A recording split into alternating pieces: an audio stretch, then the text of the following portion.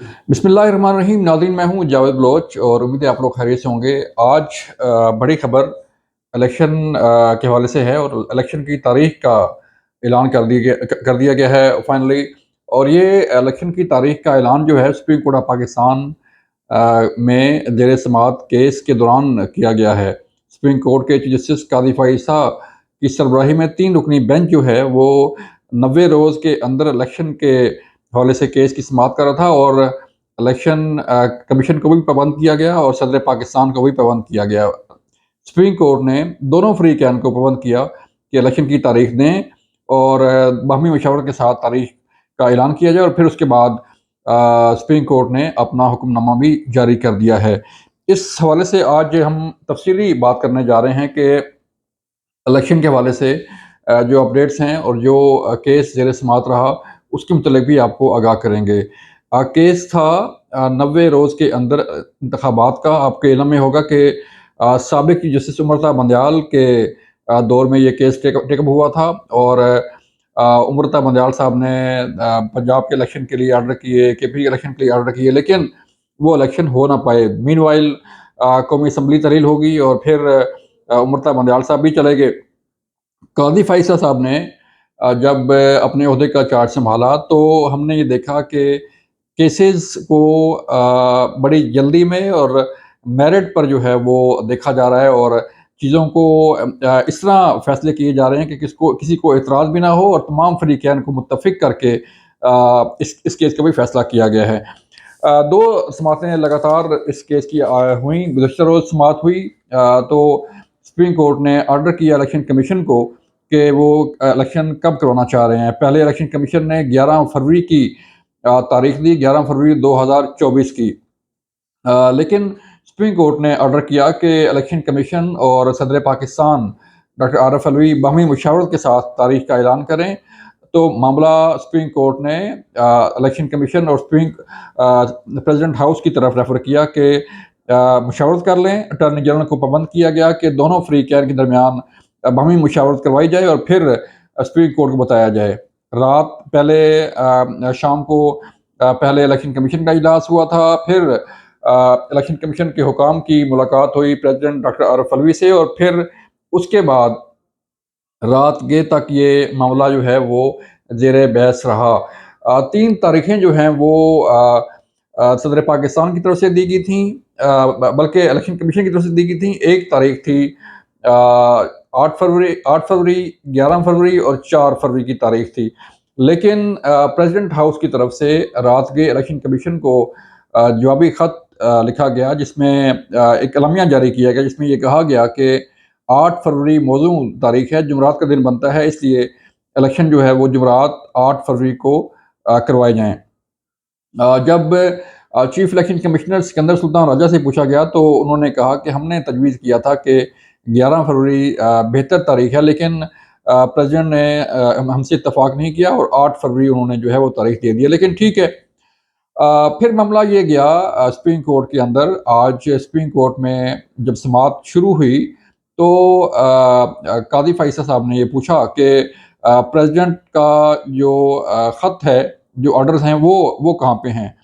इस पर attorney general ने उन्हें बताया कि अभी ये ऑर्डर आ जाते हैं। अब अलबत्ता ये ऑर्डर थोड़ी देर बाद आ गए और फिर असल कहानी जो है, असल इस केस की जो जो इसे फाइनल किया गया और इस केस का जो फाइनल राउंड है वो शुरू हुआ।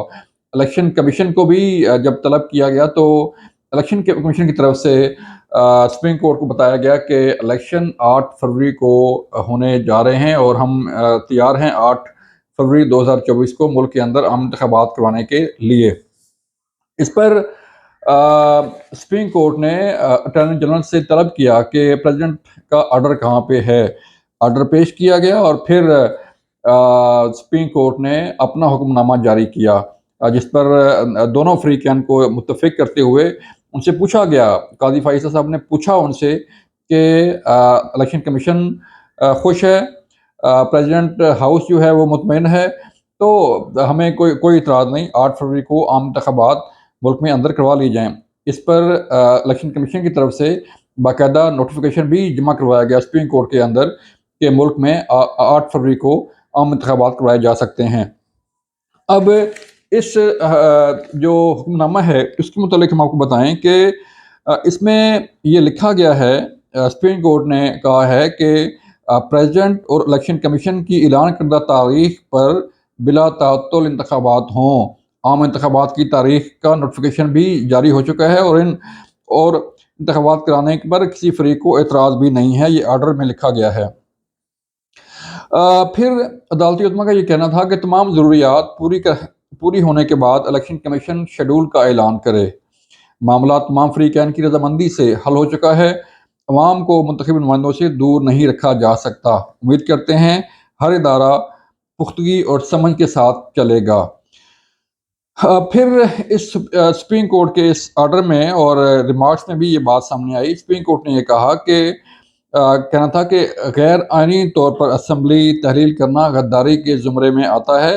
हैरान कुन तौर पर सदर के पास असम्बली तहलील करने का इख्तियार नहीं था, लेकिन उन्होंने असम्बली तहलील की, जबकि सदर के पास तारीख देने का इख्तियार था, जो उन्होंने इस्तेमाल नहीं किया। अब ये बड़ी अहम बात है कि जो असम्बली साबिक़ वज़ीर-ए-आज़म इमरान खान की एडवाइस पर उस दौर में जो है वो तहलील की गई थी, उसे सुप्रीम कोर्ट ने गैर आइनी करार दिया है और ये कहा है कि असम्बली तहलील करना गद्दारी के ज़ुमरे में आता है। यानी कि आइन की खिलाफ वर्जी को सुप्रीम कोर्ट ने गद्दारी के मुर्तकिब जो है वो करार दिया है और ये कहा है कि ये मामला जो है गद्दारी के ज़ुमरे में आता है। और फिर सुप्रीम कोर्ट का ये कहना है कि प्रेसिडेंट का ये काम था कि वो इलेक्शन जब असम्बलियाँ तहलील हो गई, जब शहबाज शरीफ गवर्नमेंट ने पीडीएम गवर्नमेंट ने असम्बली तहलील की, तो फिर प्रेसिडेंट का ये काम था कि वो मुल्क के अंदर आम इंतखाबात की तारीख दे देते, लेकिन उन्होंने ये नहीं किया।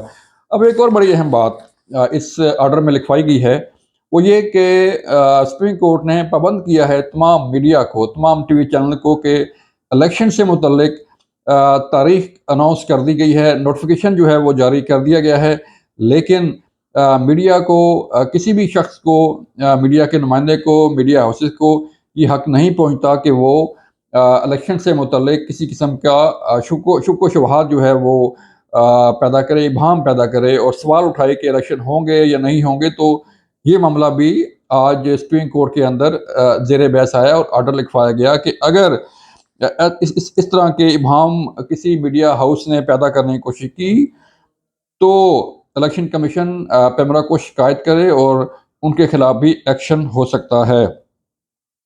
अब अगर उन्होंने कहा कि अगर ये मीडिया की तरफ से, किसी नुमाइंदे की तरफ से या किसी मीडिया चैनल की तरफ से ऐसे शकूक शुबहात पैदा किए, तो वो आइन की खिलाफ वर्जी के मुर्तकिब होंगे।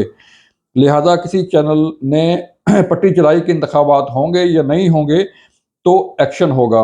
ये पहली बार सुप्रीम कोर्ट की तरफ से मीडिया को भी हिदायत जारी की गई है कि मुल्क के अंदर जो है वो इबहम पैदा करने की कोशिश ना की जाए। अपने ख़बरें चलाने के लिए मुल्क के अंदर शुक्क शुबहात जो है वो पैदा ना किए जाएँ। जो फ़ैसला इदारे करते हैं, जो सुप्रीम कोर्ट की तरफ से फ़ैसला आता है या मुल्क में आम इंतखाबात के हवाले से इलेक्शन कमीशन का फ़ैसला आता है, तो उसको तस्लीम किया जाए।